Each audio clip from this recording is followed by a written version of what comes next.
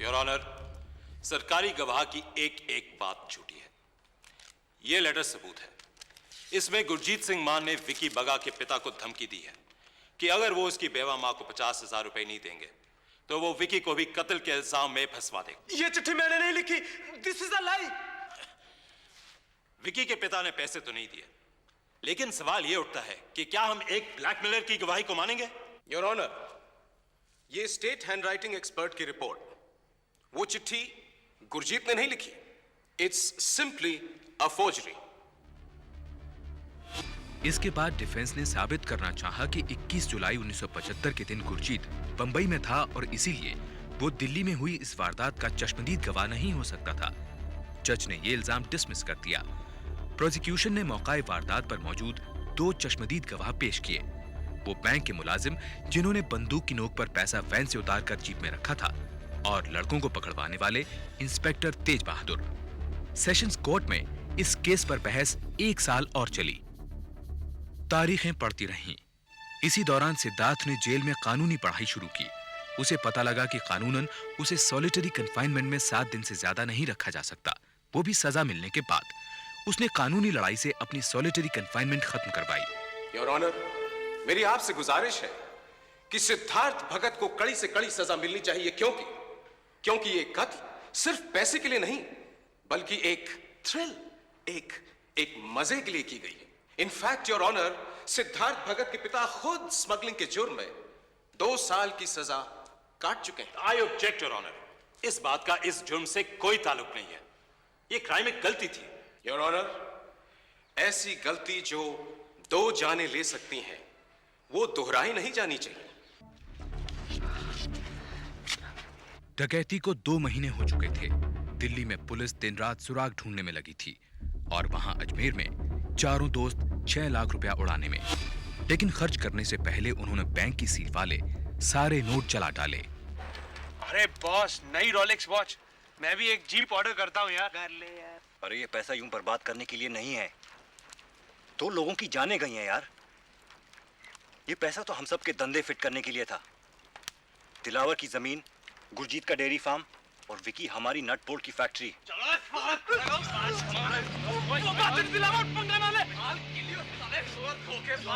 पागल मत बन। क्या कर रहे तू? छोड़ इसे। रिलैक्स यार नवाब। What happened गुरी? अब क्या बोलेगा साले? सिड, उस महेश ने धमकी दी है कि वो पुलिस को सब कुछ बता देगा। मुंह बंद रखने के लिए उसने पैसे मांगे हैं। ये महेश कौन है? वही हट्टे बाजार वाला जिसने रॉबरी के लिए गन सप्लाई की थी।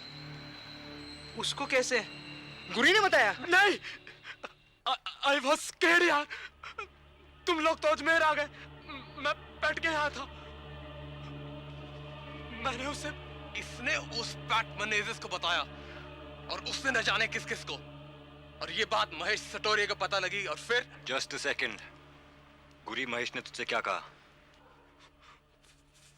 वो अचानक अंधेरे में से निकल कर आया। मैं कम से वापस आ रहा था। अगर तुम लोग चाहते हो कि ये राज राज ही रहे और पुलिस को इस बारे में कोई खबर ना हो, तो मुझे मेरा हिस्सा मिल जाना चाहिए। हमसे पंगा ना ले महेश, हम पहले 2 को लुढ़का चुके हैं और तीसरा। अबे ओ सियाने, चल चल, सिद्धार्थ को जाके बोल के हिस्से 5 नहीं, हिस्से होंगे 6। और चल फुट ले यहाँ से, चल। तूने उसको धमकाकर अलर्ट कर दिया यार। कह देना था हमने कुछ नहीं किया। सिद्ध, हमें फौरन अजमेर से निकल जाना चाहिए, या फिर उस महेश को पुलिस तक पहुंचने से रोकना पड़ेगा। विकी, विकी, तेरी मम्मी की तबीयत ठीक नहीं है, मैं तुझे लेने आया हूं बेटे। चलो आओ। Sorry guys.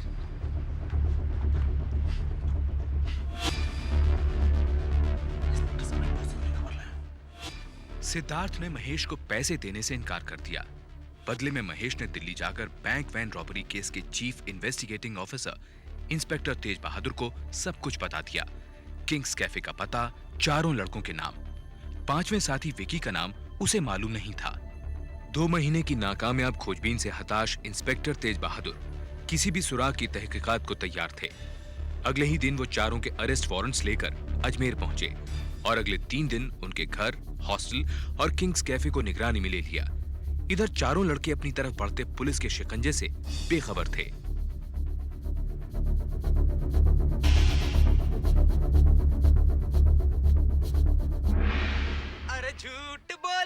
कौआ काटे, ओ काले कहुए तो डरियो।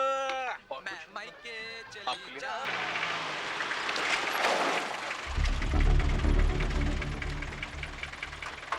कैफे के चारों तरफ फैल कर अपनी अपनी पोजीशन ले लो। नंबर 2, नंबर 4 के साथ आप बाएं की तरफ जाओगे, किसी को पता नहीं चले। यार सिड बेकार में पैनिक कर रहा है। ए देख कल का न्यूज़पेपर, पुलिस तो सोच रही है किसी साउथ अफ्रीकन नेशनल पॉल ने किया है सब कुछ। हमें कुछ दिनों के लिए अजमेर छोड़ देना चाहिए। I think Sid is right. Number 5 cafe के पीछे पोजीशन लो।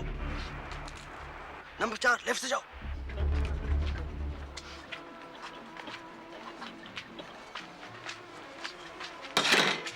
सिद्धार्थ, तू हर वक्त इतना चुप कैसे रह सकता है सिद्धार्थ? उस गुरजीत को तो पकड़ के ना ठोकना चाहिए अच्छी तरह से। पर तू हर वक्त इतना कूल कैसे रहता है सिद्धार्थ? सब तेरी तरह ताव में आके गुस्सा करने लगे तो कैसे चलेगा? हाँ? Countdown to converge. 5 4 3 2 1 आगे बढ़ो। सिद्धार्थ भगत, दिलावर मोहम्मद खान, गुरजीत सिंह मान और संजीव सूरी अपने अपने हाथ उठाकर बाहर आ जाओ। भागने की कोशिश बेकार है। पुलिस ने तुम्हें चारों तरफ से घेर रखा है। Come on out. ये बाकी लोग इधर से निकल जाएं। This is it guys. इकट्ठे हैं, इकट्ठे थे, इकट्ठे रहेंगे। शराब अस्करिया पहनाओ इन सबको।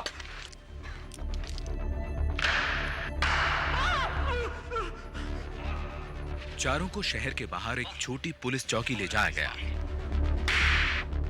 उन्हें अलग अलग सेल में बंद करके इंटेरोगेट किया गया। मैं कुछ नहीं जानता। देख, तेरे सारे साथी जुर्म कबूल कर चुके हैं।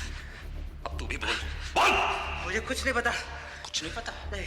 कुछ नहीं पता? नहीं। बोल, पैसा कहाँ है? मुझे नहीं पता। पैसा कहाँ है? बोल। बोल पैसा। बोल साले। बोल पैसा कहाँ है? बोल। मुझे नहीं मालूम। पैसा कहाँ है? बस 4 लाख का पता है। मेरे घर पे स्टडी टेबल के दराज में है। ये पैसा तेरे दोस्त ने पकड़वाया है। अब तू बताएगा कि वो पिस्तौल कहाँ है। बोल। बोल। वो 8 mm वाली पिस्तौल मेरे घर में अलमारी में है। 8 mm वाली नहीं, .455 जिससे कत्ल हुआ था, वो पिस्तौल कहाँ है? बोल। गुरजीत को मालूम। अब बोल, क्या कत्ल किसने किया था? बोल। बोल, तेरा 5वां साथी कौन है? पैसा कहाँ है? बोल। बोल। पैसा मेरे बाप के घर पे है। सिद्धार्थ ने पुलिस को बताया कि 25,000 रुपए उसके दिल्ली के घर की अलमारी में थे और बाकी पैसा उनके एक बैंक के सेविंग्स अकाउंट में रखा था। पुलिस ने सिद्धार्थ के घर पर रेड की और वारदात में इस्तेमाल की गई जीप से लेकर पैसों तक कई सबूत बरामद किए। सिद्धार्थ को यह भी कन्फेस करना पड़ा कि दोनों कत्ल उसी ने किए थे। मुझे फांसी कब होगी?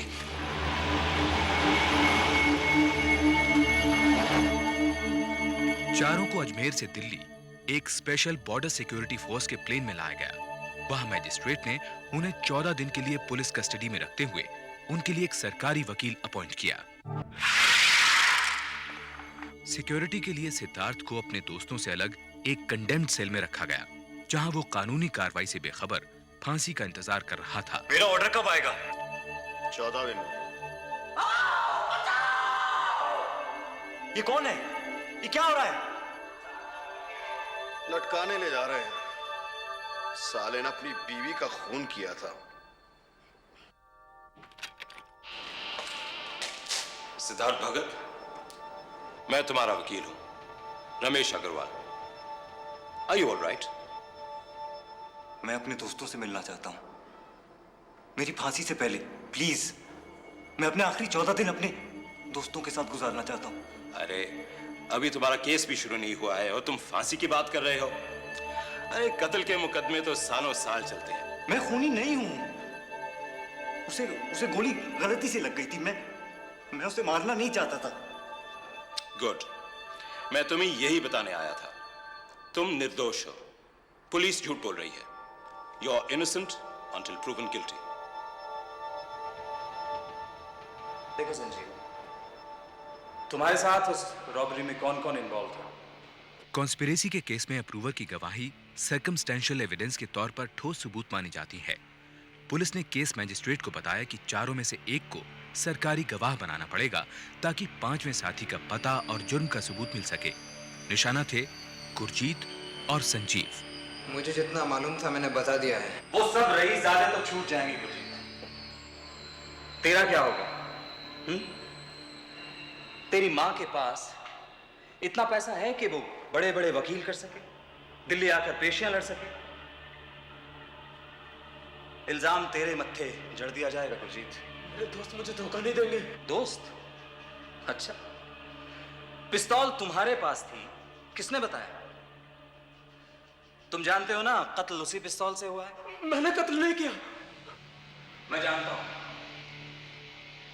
तेरे दोस्तों ने तुझे बेकार फंसाया है। चल, अब तो मुझे अपने पांचवें साथी का नाम बता दे। मुझे नहीं पता। I don't know. वैसे भी आपकी मदद करके मुझे क्या मिलेगा? देखो, अगर पुलिस के गवाह बन जाओगे तो तुम्हें सजा नहीं होगी।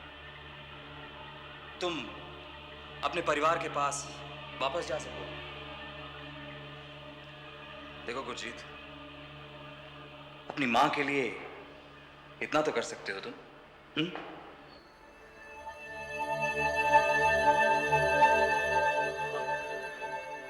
पकड़े जाने के 3 महीने बाद गुरजीत ने सरकारी गवाह बनकर पुलिस प्रोटेक्शन मांगी और अपने पांचवें साथी का नाम भी बताया। उसी दिन विकी को अरेस्ट कर लिया गया। 2 महीने के इन्वेस्टिगेशन के बाद केस सेशंस कोर्ट पहुंचा।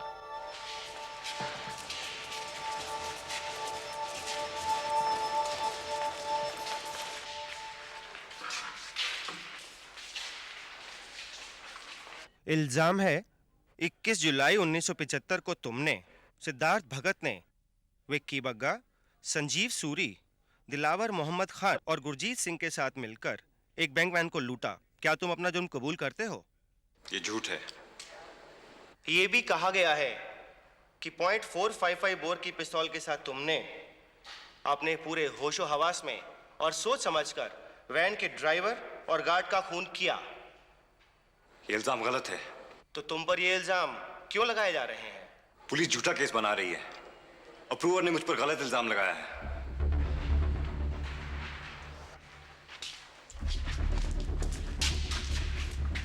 चारों ने सारे इल्जाम झूठे बताए। उनका दावा था कि वे एक दूसरे को जानते तक नहीं और मौका वारदात के दिन दिल्ली से बाहर थे। 21 जुलाई 1975 को हम अपने गांव अमरावगंज में थे। हम वहां सालाना जाया करते हैं बरसात के मौसम में जमीनों की देखभाल के लिए।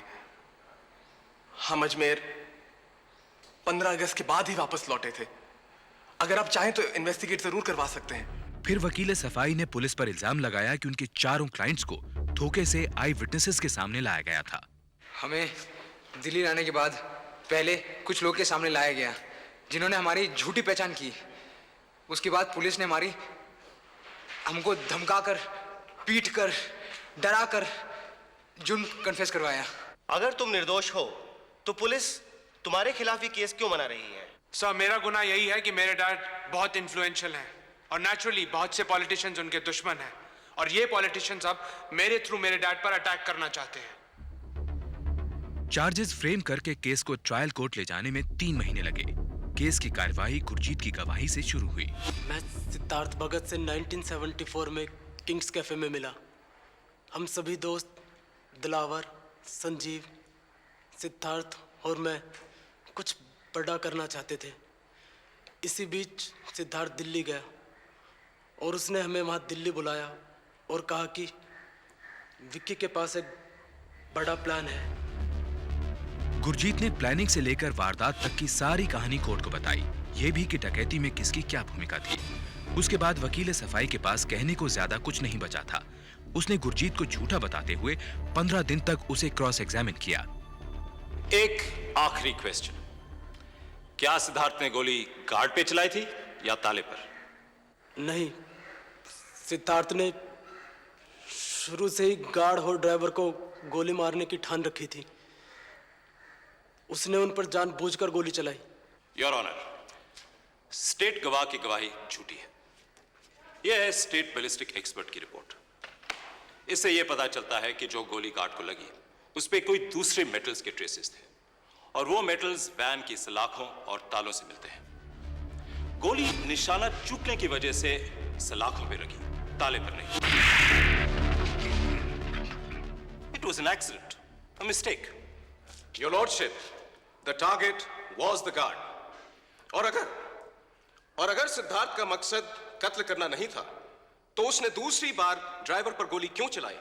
क्या वो भी एक एक्सीडेंट था? और ये डकैती, क्या ये डकैती भी एक एक्सीडेंट, एक मिस्टेक थी? और मैं उस गुरजीत को नहीं छोड़ूंगा। डैड को कह के उसकी रेड लगवा दूंगा मैं। तुमने तो सिद्धार्थ को शुरुआत से ही वार्न किया था उसके खिलाफ, कभी सुना ही नहीं उसने हमारी बात। जस्ट लुक एट हिम यार, हम सबको फंसवाने के बाद अब सिद्धार्थ को भी फंसवा रहा है, झूठ बोल रहा है। I'll kill that. ज्यादा हीरो मत बन। पुलिस टॉर्चर क्या है ये मुझे मालूम है। तू पिटता तो तू मुंह नहीं खोलता क्या? अप्रूवर नहीं बनता? जब हम पिट रहे थे तब तू कहां था रे? तू तो अपने डैड के गोद में छुप गया था।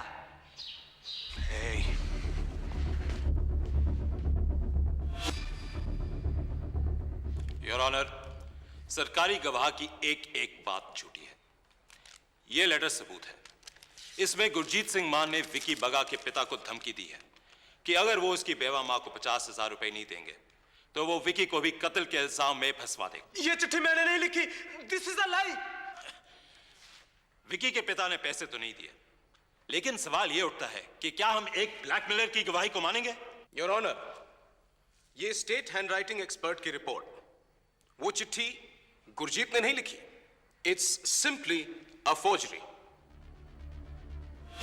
इसके बाद डिफेंस ने साबित करना चाहा कि 21 जुलाई 1975 के दिन गुरजीत बंबई में था और इसीलिए वो दिल्ली में हुई इस वारदात का चश्मदीद गवाह नहीं हो सकता था। जज ने ये इल्जाम डिसमिस कर दिया। प्रोसिक्यूशन ने मौकाए वारदात पर मौजूद 2 चश्मदीद गवाह पेश किए। वो बैंक के मुलाजिम जिन्होंने बंदूक की नोक पर पैसा वैन से उतारकर जीप में रखा था और लड़कों को पकड़वाने वाले इंस्पेक्टर तेज बहादुर। सेशंस कोर्ट में इस केस पर बहस 1 साल और चली। तारीखें पड़ती रहीं। इसी दौरान सिद्धार्थ ने जेल में कानूनी पढ़ाई शुरू की। उसे पता लगा कि कानूनन उसे सॉलिटरी कन्फाइनमेंट में 7 दिन से ज्यादा नहीं रखा जा सकता, वो भी सजा मिलने के बाद। उसने कानूनी लड़ाई से अपनी सॉलिटरी कन्फाइनमेंट खत्म करवाई। योर ऑनर, मेरी आपसे गुजारिश है कि सिद्धार्थ भगत को कड़ी से कड़ी सजा मिलनी चाहिए। क्योंकि ये कत्ल सिर्फ पैसे के लिए नहीं, बल्कि एक थ्रिल, एक मजे के लिए की गई है। इनफैक्ट योर ऑनर, सिद्धार्थ भगत के पिता खुद स्मगलिंग के जुर्म में 2 साल की सजा काट चुके हैं। आई ऑब्जेक्ट योर ऑनर, इस बात का इस जुर्म से कोई ताल्लुक नहीं है। ये क्राइम एक गलती थी। योर ऑनर, ऐसी गलती जो 2 जाने ले सकती हैं वो दोहराई नहीं जानी चाहिए। और कानून में एक ऐसी सजा है जो और लोगों को कत्ल करने से डरा सकती है, and that your honour is दफा 302, सजाए मौत। सन 1979 में जज ने दिलावर मोहम्मद खान, विक्की बग्गा और संजीव सूरी को बैंक रॉबरी केस में सिद्धार्थ भगत का साथ देने के जुर्म में आईपीसी 120B के तहत उम्र कैद की सजा सुनाई।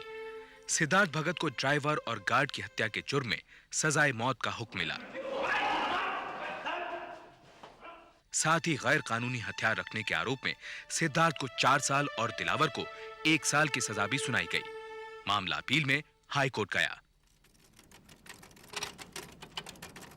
1 साल के बाद हाई कोर्ट ने भी सिद्धार्थ की फांसी और विक्की, संजीव और दिलावर की उम्र कैद की सजा को कंफर्म कर दिया। सिद्धार्थ ने फिर सुप्रीम कोर्ट में अपील दायर की। अपीलों का यह सिलसिला जारी रहा। एक के बाद एक 5 बार अपील खारिज हुई। इधर सिद्धार्थ की मर्सी पिटीशन राष्ट्रपति ने भी ठुकरा दी। सर, मेरी पैरोल की एप्लीकेशन।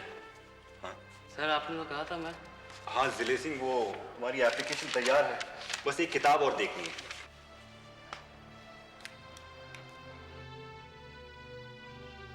इसी दौरान सिद्धार्थ ने कानूनी पढ़ाई करते हुए जेल में कैदियों के हकों के लिए पब्लिक लिटिगेशन से जेल में सुधार करवाए, सॉलिटरी कन्फाइनमेंट और कैदियों पर किए गए टॉर्चर्स के खिलाफ।